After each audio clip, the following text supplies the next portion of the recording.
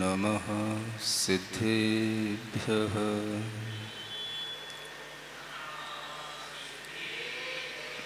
ॐ नमः सिद्धेभ्यः।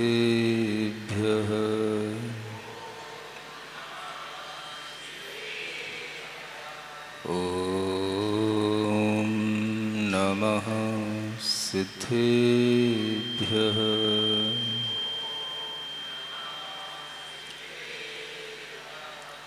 तीन लोक में चार हैं, मंगल शरण व श्रेष्ठ। अरहत सिद्ध व साधुगण, धर्म जैन जग ज्येष्ठ। तीर्थंकर जिन देव की, जिन वाणी को ध्याय। सार्वधर्म संक्षेप से, कहूँ चित्त हुलसाय। देवादिदेव त्रय मूढ़, आठ मद बिना होय। समकित अठ अंगन सहित सोय। जो समकित है, जो सम्यक दर्शन है, जो समीचीन भाव है, वह भाव गुणों के साथ सुशोभित होता है और वह गुण निशंकित निकांक्षित आदि 8 गुणों का वर्णन उन गुणों में प्रसिद्ध व्यक्तियों के माध्यम से, दृष्टांतों के माध्यम से आपके समक्ष रखा जा चुका है। इसी क्रम में जब हम आगे बढ़ते हैं तो आचार्य कहते हैं कि उस सम्यक दर्शन में जो गुण उत्पन्न हुए हैं, उन गुणों की रक्षा करने के लिए उन्हें दोषों से बचाना आवश्यक होता है। इसलिए सम्यक दर्शन के गुणों का भी ज्ञान कराया गया और सम्यक दर्शन जिससे दूषित हो सकता है उन दोषों के बारे में भी बताया गया। जब सम्यक्त्व की प्राप्ति अष्टगुणों के माध्यम से होती है तो अनेक ऐसी चीजें भी होती हैं जो उन गुणों को दूषित करने के लिए भी आसपास रहती हैं। मनुष्य के अपने भावों में भी रहती हैं और उस मनुष्य के आसपास जो उसका परिसर होता है, जिसमें वह जीता है, उसके साथ भी रहती हैं। जब वह 8 गुणों का पोषण करता है तो आचार्य कहते हैं कुछ दोषों से बचने के लिए हमेशा अलर्ट भी रहना। सम्यक दर्शन के गुणों का वर्णन करने के उपरांत भी अनेक दोषों से बचने के लिए कहा गया। 3 मूढ़ताओं से बचना, त्रय मूढ़ता, 60 अनायतनों से बचना, ये सब जो वर्णन किया गया, यह सोच करके कि गुणों का पालन तभी हो सकता है जब हम दोषों से बचें। जो गुणों की प्राप्ति का भाव किए हैं, उन जिन्होंने गुण प्राप्त किए हैं, वह गुण प्राप्त करने के उपरांत भी अपने आप को दोषों से बचाने का अभिप्राय रखें। इसलिए सम्यक्त्व के दोषों का भी वर्णन 3 मूढ़ताओं से बचकर के करने को कहा गया। एक विचार आता है कि जब सम्यक दर्शन के 8 गुणों में, 8 अंगों में अमूढ़ दृष्टि नाम का अंग बता दिया गया, अमूढ़ दृष्टि अंग का वर्णन हो चुका, तो फिर 3 मूढ़ताओं से बचने के लिए अलग से क्यों कहा गया?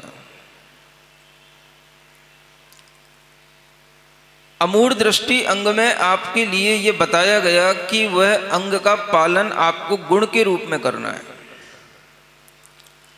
और 3 मूर्ताएं जो इस लोक में देव, गुरु, शास्त्र या लोक मूर्ता के रूप में फैली हुई हैं, इनसे बच करके करना है। ये फिर से अलर्ट किया गया। जब हम दोषों से बचकर के चलते हैं तभी हमारे गुणों की समृद्धियां बढ़ती हैं और गुणों में एक चमक आती है, अगर उस पर दोष हावी ना हो तो।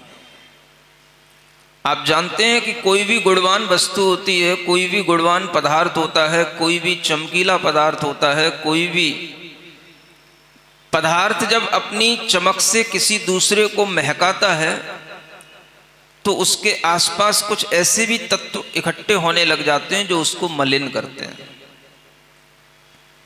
चाहे वो चमक आपके किसी हार की हो, किसी आपके गले में पहनने वाले नेकलेस की हो, या कोई भी चमक खाद्य पदार्थ की हो, चाहे वो शुगर हो या कोई भी और दूसरी चीज हो, या कोई भी महकने वाली कोई भी सुगंधित वस्तु हो, उसके गुणों के साथ साथ उसकी गुणों पर आघात पहुंचाने के लिए कहीं ना कहीं दोषों का आगमन प्राकृतिक रूप से उसके पास होने लग जाता है। कोई सुगंधित वस्तु रखी होगी तो मक्खियां बैठने लग जाएंगी। गुणवान व्यक्ति के पास भी दोष उत्पन्न करने के लिए दूषित लोग आने लग जाते हैं। उसके गुणों में दोष लगाने के लिए भी, उसको दोष उत्पन्न करने के लिए भी अनेक उसके सामने दुर्जन व्यक्ति तैयार हो जाते हैं। इसलिए कहीं कहीं पर यह भी कहा गया, भर्तरी के वैराग्य जैसे शतकों में, गुणे खल भयम, गुणवान व्यक्ति को गुण में भी खल का भय होता है, गुण में भी दुष्टता का भय होता है। गुणवान व्यक्ति को भी डरना पड़ता है, किससे? दुष्टों से। गुणे खल भयम, गुणों की उत्पत्ति होना अपने आप में कठिन चीज है। क्वालिटेटिव पर्सन बनना अपने आप में कठिन काम है, लेकिन अगर क्वालिटी आ गई तो उसको बचाए रखना अपने आप में उससे और बड़ा काम है। नहीं तो आसपास की मक्खियां, आसपास की ऐसी प्रकृति निमित्तक चीजें उसको अपने आप डिस्टर्ब कर करके उसको डिस्ट्रॉय कर देंगे। ये गुणों की उत्पत्ति के साथ में दोषों से बचने की प्रक्रिया सम्यक्त के लिए भी बताई गई। और मुझे ये बात कई बार मन में आती रही कि जब अमूढ़ दृष्टि अंग का वर्णन कर दिया तो फिर 3 मूर्ताएं, 6 अनायतन अलग से कहने की क्या जरूरत है। तो समझ में आया चिंतन से, गुणों की रक्षा करने के लिए दोषों से बचने को कहा गया। 3 मूर्ताओं के साथ साथ 8 मदों का भी वर्णन किया गया। 8 मदों से भी बचना। 8 मद, मद समझते हैं, जिससे हमें घमंड उत्पन्न होता है, अहंकार उत्पन्न होता है। उन 8 मदों से बचना। सम्यक दृष्टि जीव के लिए ये मद से बचने के लिए कहा गया, और ये स्पष्ट रूप से कहा गया। आचार्य समंतभद्र महाराज जैसे दिग्गज आचार्यों ने कहा 8 मदों से बचना, जो स्वयं बहुत बड़े दिग्गज हैं। दिग्गज समझते हो? सब दिशाओं में जिनका परचम लहराता है, और किसी भी तरह के वाद विवाद में जो सबसे अग्रणी रहते हैं, धर्म का परचम फैलाने के लिए, प्रभावना करने के लिए, जो किसी भी सभा में खड़े हो जाएं तो जिनकी हार नहीं हो सकती, और स्वयं भी जो ललकार सकते हैं कि जिसको ताकत हो मेरे सामने आए, मुझसे शास्त्रार्थ करे, और ऐसे आचार्य भी कहें मद नहीं करना। सुनते हो कि नहीं? अब समझना है आपको कि मद क्या होता है। अगर आप किसी को ललकार रहे हो, आप किसी के लिए शास्त्रार्थ करने को उकसा रहे हो, आप फिर भी जो है कह रहे हो कि हमारे अंदर मद नहीं, क्योंकि जो लिख रहे हैं तो उनके अंदर वो होना भी नहीं चाहिए, होगा भी नहीं, आपको यह समझना है कि सम्यक दृष्टि जीव किस तरह से मद से बचता है। आखिर मद क्या चीज है?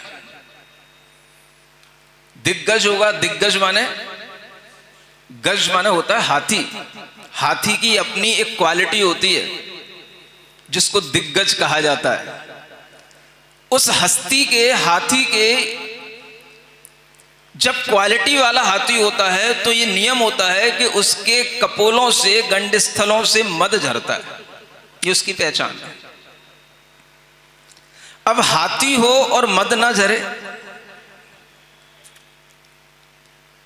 सम्यक दृष्टि हो और मद ना करे, ये थोड़ा सोचने की बात है। कौन सा ऐसा सम्यक दृष्टि सामने लाया जाए जो सम्यक दृष्टि हो और उसके लिए आप देखें तो आपको न दिखाई दे कि इसके पास मद है कि नहीं।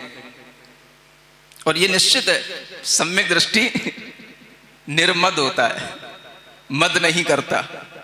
आचार्य कहते हैं 8 प्रकार के मद हैं। ज्ञान का मद, पूजा का मद, कुल का मद, जाति का मद, बल का मद, तप का मद, रूप का मद, रिद्धि का मद। सुन रहे हैं?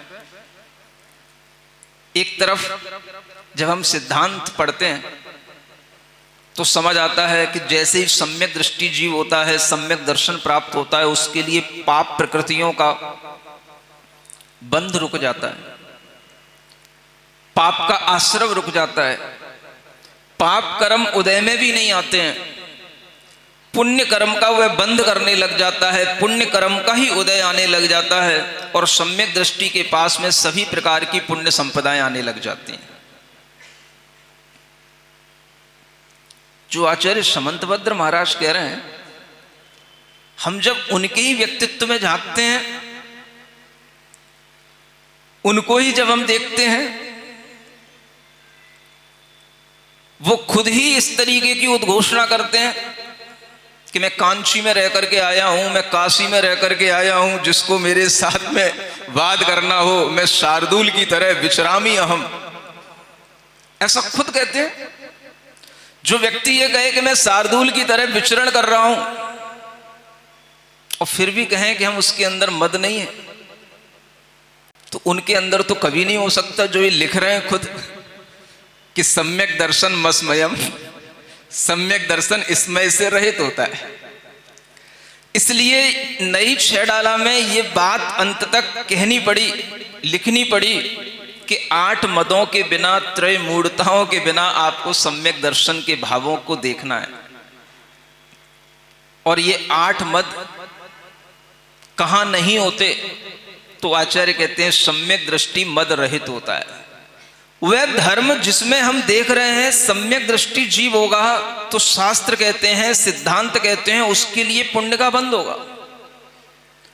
सम्यक दृष्टि जीव जब तक सम्यक्त्व के साथ में इस संसार में रहेगा, कभी भी एक गाथा कही गई उन्हीं आचार्य समंतभद्र महाराज के माध्यम से, वो कभी अल्पायु नहीं होगा, दरिद्री नहीं होगा, होगा तो क्या होगा, चक्रवर्ती होगा, मंडलिक राजा होगा, तीर्थंकर होगा।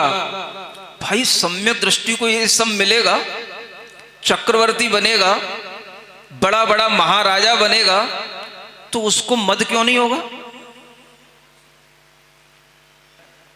जिस चक्रवर्ती के पास में करोड़ों हाथी हो, करोड़ों रथ हो, घोड़े हो, सब तरह के वाहन हो, हजारों रानियां हो, बड़ा बड़ा उसका पूरा अपना साम्राज्य हो, और जब वह राज सिंहासन पर बैठा हो, हजारों राजा उसके चरणों में नमस्कार करते हो,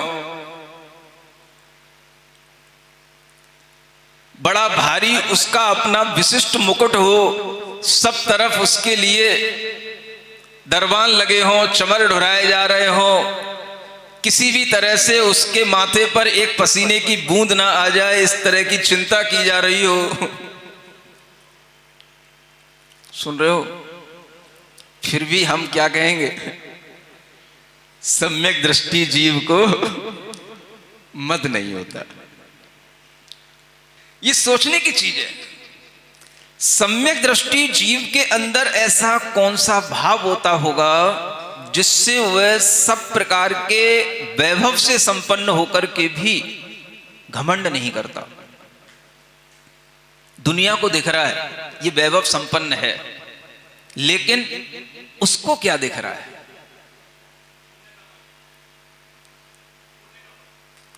उसको क्या समझ में आ रहा है जिसके कारण से वह सबके बीच में रहकर के भी, सब वैभवों से संपन्न होकर के भी मद नहीं करता? देखो ये कितनी बड़ी दृष्टि का वैपरीत्य है कि सामने वाला उसको क्या समझ रहा है? ये राजा है। सामने वाला क्या समझ रहा है? ये कितना अहंकारी है, इतने बड़े राज सिंहासन पर बैठा है। जो भी सामने बैठा होगा उसकी दृष्टि में उसके लिए अहंकार दिखाई देगा ही।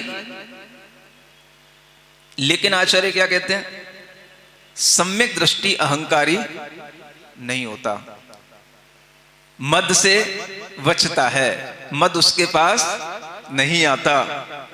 अब क्या करना है बताओ? या तो उसे राज सिंहासन से नीचे बैठा दो, या तो वो यूं कहे कि नहीं, मैं चक्रवर्ती होने के उपरांत भी राज सिंहासन पर नहीं बैठूंगा, तब आपको समझ आए कि हाँ भाई ये है निर्मद आदमी, हाँ? इसके पास मद नहीं है। लेकिन कभी आपने नहीं सुना होगा कि कोई भी सम्यक दृष्टि वह चक्रवर्ती राजा, चाहे वो भरत चक्रवर्ती हो चाहे सगर चक्रवर्ती हो, कोई भी राजा कभी इस तरह से अपना राज सिंहासन छोड़ करके बैठे हो और ये बता रहे हो कि मेरे पास मद नहीं है? सुनते हो कि नहीं? लोग अपनी दृष्टि से सोचते हैं, धर्म की दृष्टि अलग होती है। और जिन लोगों के पास धर्म की दृष्टि नहीं होती है वो लोगों की दृष्टि से सोचते हैं। ऐसे आपको कई फिलोसोफर मिलेंगे जो कहते हैं कि मेरे पास कोई भी आता है मैं उसे अपने पास बिठा लेता हूं, मैं उसे अपने सिंहासन पर बिठा लेता हूं, मैं उसको अपने पास बिठा करके अपना मद कम कर लेता हूं, मुझे अहंकार नहीं है इसलिए उनको पास बिठा लेता हूं। तो लोगों की दृष्टि में क्या आता है? देखो ये कितना निर्मद है। यानी अगर आपको लोगों को बताना है कि मैं मद से रहित हूं तो आपको राज सिंहासन छोड़ करके नीचे बैठना पड़ेगा, और लोग तब समझेंगे कि हां ये मद से रहित है। इसलिए कई दार्शनिक कहते हैं जब कोई हमको सल्यूट करता है तो हम भी उसको सल्यूट करते हैं, कोई हमारे हाथ जोड़ता है तो हम भी उसके लिए हाथ जोड़ते हैं, ताकि हमारे लिए अहंकार न दिखाई दे। और जो राज सिंहासन पर बैठा है वो किसी के हाथ नहीं जोड़ता और सब उसके हाथ जोड़ते हैं। लोगों की दृष्टि के अनुसार चलने वाले लोग एक सामान्य लोग ही होते हैं। धर्म की दृष्टि और लौकिक दृष्टि में यह बहुत बड़ा अंतर होता है, जो मैं आपको बताना चाह रहा हूं, जो आपको समझ में आ रहा है तो आएगा। लौकिक जो व्यक्ति होगा वो भले ही दार्शनिक हो जाए, लेकिन वो लौकिक लोगों की तरह चलेगा, वो लौकिक लोगों को रिझाने के काम में चलेगा, वो लौकिक लोगों को अपने में शामिल करने के लिए लौकिक दृष्टि से बात करेगा, धर्म की दृष्टि से बात नहीं करेगा। इसलिए अनेक दार्शनिकों के आप ग्रंथ पढ़ना, उनके उपदेश सुनना, तो वो कहेंगे कि जो भी मुझे प्रणाम करता है मैं उसके बदले में उसको भी प्रणाम करता हूं। तो लौकिक दृष्टि में लोग क्या समझते हैं? ये है अहंकार से रहित। और जो राज सिंहासन पर बैठा हो, जो चक्रवर्ती हो, राजा हो, वह उसके सामने हजारों राजा और अनेक अनेक राजा उसके सामने नमस्कार करते हैं, प्रणाम करते हैं, तो वह उल्टा सबके लिए प्रणाम नहीं करता। सब उसके पैर छूते हैं तो वो भी उल्टा सबके पैर नहीं छूता, वो निश्चिंत होकर बैठा रहता है। अगर आपने उन दार्शनिकों को पढ़ लिया है तो इस दृष्टांत को अगर आप देखेंगे और ये दृष्टि अगर आपके सामने आएगी तो आपके मन में जरूर आएगा ये धर्मात्मा नहीं है, ये तो अहंकारी है। भरत चक्रवर्ती को देख करके आप कभी नहीं कह पाएंगे कि ये धर्म इसके अंदर है। धर्मात्मा है, ये सम्यक दर्शन है इनके पास, मद नहीं है इनके पास, क्योंकि आपकी दृष्टि में लौकिकता है, धर्म नहीं है। अभी दृष्टियां दो तरह की होती हैं। लौकिक दृष्टि में लौकिकता के अनुसार सोचा जाता है और लोग उसी को मानते हैं, उसी को समझते हैं। लेकिन धर्म की दृष्टि से चीजें जब चलती हैं तो वो लौकिकता के अनुसार नहीं चलती, वो सिर्फ धर्म की दृष्टि से ही चलती हैं। ये धर्म और लौकिकता के बीच में एक द्वंद्व भी कभी कभी समझ में आता है और ये बना रहता है। लौकिक लोग क्या सोच रहे हैं, लौकिक लोग क्या चाह रहे हैं, लौकिकता क्या कह रही है, लोग क्या समझ रहे हैं। लोगों के समझ के अनुसार अगर हम चलते हैं तो फिर धर्म की दृष्टि बनती नहीं है। और जो धर्म की दृष्टि के अनुसार चलेगा वो फिर लोगों की दृष्टि से अपने को प्रभावित नहीं करता, लोगों की दृष्टि की अपेक्षा नहीं रखता। एक चक्रवर्ती है तो वो हमेशा अपने धर्म से, अपने पुण्य से जो उसे प्राप्त हुआ है वह उसके साथ में रहते हुए हमेशा राज सिंहासन पर बैठेगा। कभी आपने भरत चक्रवर्ती को सामान्य लोगों के लिए प्रणाम करते हुए नहीं सुना होगा, ना कहीं उसकी अपनी रहन सहन की पद्धति, उसका अपना खाने पीने का सिस्टम सब कुछ अलग है, फिर भी वो अहंकार से रहित है। आपको दिख रहा है? बोलो, नहीं दिख रहा ना? तो इसका मतलब है हम अभी भी लौकिक दृष्टि से देख रहे हैं। हम अभी भी अपने उसको धर्म की दृष्टि से नहीं देख रहे हैं, हम उसको अपनी सामान्य दृष्टि से, लौकिक दृष्टि से देख रहे हैं। धर्म दृष्टि से जब आप देखेंगे तो उसके अंदर वह मद नहीं होता। क्यों नहीं होता? उसके दो कारण हैं। एक तो ये कि उसे यह सब कर्म का फल दिखता है, और दूसरा यह कि इससे पहले भी अनेक लोग ऐसे हो गए जो इस वैभव के साथ में जी गए और चले गए। अगर ये दो बातें ख्याल में रहेंगी तो आपको कभी मद उत्पन्न नहीं होगा। सब कुछ होगा आपके पास लेकिन मद नहीं आएगा। कौन सी दो बातें? पहली, यह सब कर्म का फल है, और दूसरी, हमसे भी बड़े, इससे भी ज्यादा संपन्न वैभवशाली लोग हमसे भी पहले बहुत हो गए हैं। ये बात सिर्फ और सिर्फ सम्यक दृष्टि जीव जानता है, और इसी को कहते हैं धर्म की दृष्टि, इसी को कहते हैं सम्यक दृष्टि। ऐसा जीव जब ये सम्यक्त्व के साथ में राज सिंहासन पर सुशोभित होता है तो उसके पास में सब कुछ होता है लेकिन मद नहीं होता है। अब दिख रहा है आपको किसका झरना बह रहा है? बाहर मद का झरना बह रहा है, अहंकार का झरना बह रहा है, या भीतर धर्म का झरना बह रहा है? किसका झरना बह रहा है? दृष्टि आपकी बदलेगी, दृष्टि भीतर पहुंचेगी तो कुछ परिवर्तन आपको महसूस होगा। भरत चक्रवर्ती अपने जब नाम को लिखने के लिए पर्वत पर पहुंचे और उन्हें जब पर्वत पर नाम लिखने के लिए जगह नहीं मिली तो ये इस बात का संदेश था उनके लिए, समझाने के लिए इनडायरेक्टली, तुमसे पहले बहुत हो चुके हैं। बस एक चक्रवर्ती का मद गल गया तो आगे भी चक्रवर्तियों का मद गल जाएगा। और जब मद गल जाता है तो वो कहता नहीं है, जो झटका उसको लगता है उसको वो खुद महसूस करता है। बड़ा व्यक्ति किसी भी तरह के झटकों को झटक करके दूसरों को बताता नहीं है। ये महापुरुषों की बहुत बड़ी कैपेबिलिटी होती है।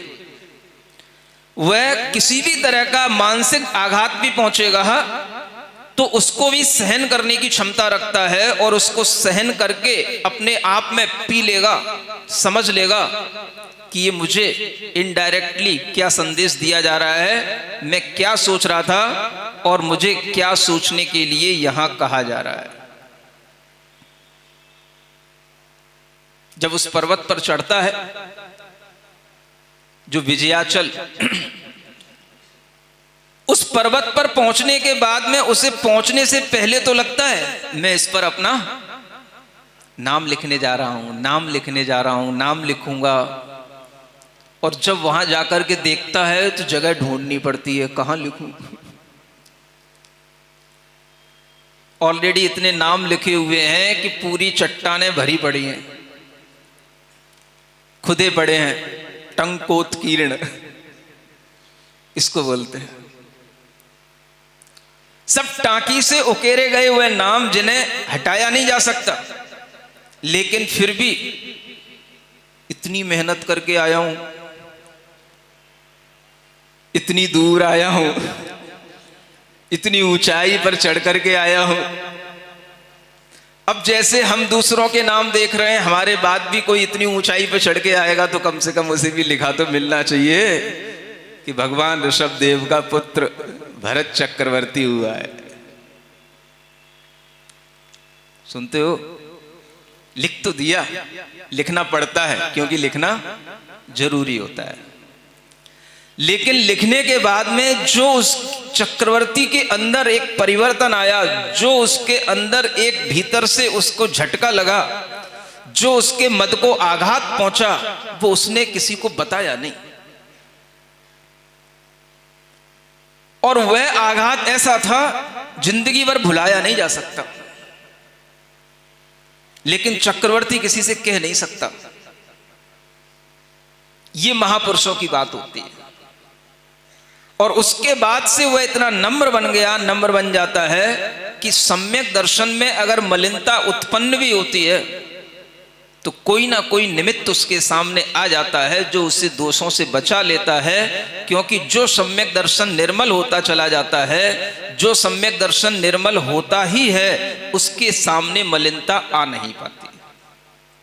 तो दो तरह के सम्यक दर्शन है आपके पास, आपको सरल भाषा में समझा रहा हूं, जिसका वर्णन आगे आने वाला है। एक होता है क्षयोपशम सम्यक दर्शन और एक होता है क्षायिक सम्यक दर्शन। सुनते हो? क्षायिक का मतलब जिन्होंने कर्मों का क्षय करके सम्यक दर्शन प्राप्त कर लिया है, उनका नाम क्षायिक सम्यक दृष्टि, जिन्होंने क्षायिक सम्यक दर्शन प्राप्त कर लिया है। और जो प्राप्त कर रहे हैं, करते चले जा रहे हैं, माने प्राप्त होने के बाद भी वह प्राप्ति का भाव इस तरह से बना रहता है कि बस वो चल रहा है। वह क्षयोपशम सम्यक दर्शन में इसी तरह का भाव होता है कि वह क्षयोपशम माने प्राप्त हो रहा है, उसमें कंटिन्यूटी का भाव रहता है। होने के बाद भी हो रहा है, ऐसा भाव बना रहता है, उसका नाम है क्षयोपशम सम्यक दर्शन। उसमें प्रक्रिया चल रही है और जब चल रही प्रक्रिया होती है तो उसमें व्यवधान भी आते हैं। गाड़ी जब चल रही होती है तो उसमें रास्ते में ब्रेकर भी आते हैं, उन सब से निकालते हुए ले जाना, चलाते चले जाना, इसका नाम है क्षयोपशम सम्यक दर्शन। पंचम काल में क्षयोपशम सम्यक दर्शन हो सकता है, होता है। आचार्यों ने इसके लिए निषेध नहीं किया है। इसलिए भव्य जीव इस सम्यक दर्शन की प्राप्ति का यत्न करते हैं, पुरुषार्थ करते हैं और प्राप्त भी करते हैं। लेकिन ये प्राप्त होने के बाद भी हो रहे वाले मूड में रहता है, चल रहा है, जब तक चलाओगे चलेगा, रोक दोगे रुक जाएगा, मिटाओगे मिट जाएगा। लेकिन जो प्राप्त हो गया है, जो क्षयिक रूप से हो गया है, उसको आप फिर मिटा नहीं सकते, उसे आप नष्ट नहीं कर सकते, उसे आप मलिन नहीं कर सकते, उसे आप रोक नहीं सकते, उसे आप किसी भी तरीके से अपने रास्ते से हटकर के दूसरे रास्ते पर ले जा नहीं सकते। तो ये दो तरह के विचार। अब आप सोचें, जिसे वह क्षयिक सम्यक दर्शन की प्राप्ति हुई है, वह गुण जिसे प्राप्त हो गया है, और प्राप्त होने के बाद में जिसे अब वह गुण कभी भी उससे छूटेगा नहीं, ऐसा वह भरत चक्रवर्ती राजा है। क्षयिक सम्यक दृष्टि होने के उपरांत भी मद का भाव आ सकता है, और उस मद से वह अपने आप को बचा सकता है। उसके लिए वह कार्य बहुत सरल है। लेकिन जो क्षयोपशम सम्यक दृष्टि हैं, उनके लिए गाड़ी चलाते हुए जैसे बार बार रास्ते में अनेक तरह के बैरियर आते हैं, ब्रेकर आते हैं, अनेक तरीके की भीड़ आ जाती है, अनेक तरीके की उन्हें एक्सीडेंट होने की संभावना रहती है, और जो गुण प्राप्त हो रहा है उसमें मलिनता या उसको नष्ट होने की संभावना रहती है। इस तरह का विचार, इस तरह की एक भावात्मक प्रक्रिया उस क्षयोपशम सम्यक दृष्टि के अंदर निरंतर बनी रहती है। सुन रहे हो ना? तो क्षयोपशम सम्यक दृष्टि अपने आप को मद से बचाते रहने का प्रयास करेगा। क्षयिक सम्यक दृष्टि का मद, उसके लिए कोई भी ऐसा नहीं उत्पन्न होगा जो उसके क्षयिक सम्यक दर्शन को छुड़वा दे या मलिन करवा दे।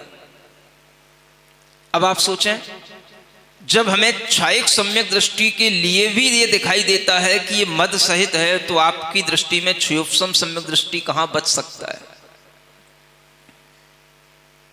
नहीं समझ आया? वर्तमान में कोई भी सम्यक दृष्टि होगा तो कौन होगा? क्षयोपशम का मतलब चल रहा है, हो रहा है। सम्यक्त्व का वह ऊपर नीचे होना, सम्यक्त्व के भाव के साथ में क्षयोपशम भाव की दशा बनी रहना, ये बताती है कि गुणों के उत्पन्न होने पर भी आपके लिए दोष आसपास हैं, और जैसे ही आपकी पकड़ गुण से हटेगी, दोष आपके ऊपर हावी हो जाएंगे। इसको बचाए रखने का नाम क्या है? इस तरह से चलाए रखने का नाम है क्षयोपशम सम्यक दर्शन। इसलिए वर्तमान में क्षयोपशम सम्यक दर्शन होने पर उस सम्यक दृष्टि जीव के लिए मद से रहित होने के लिए ये दो बातें अवश्य हमेशा ध्यान में रखनी है। क्योंकि सम्यक दृष्टि जीव श्रावक भी होते हैं, साधु भी होते हैं।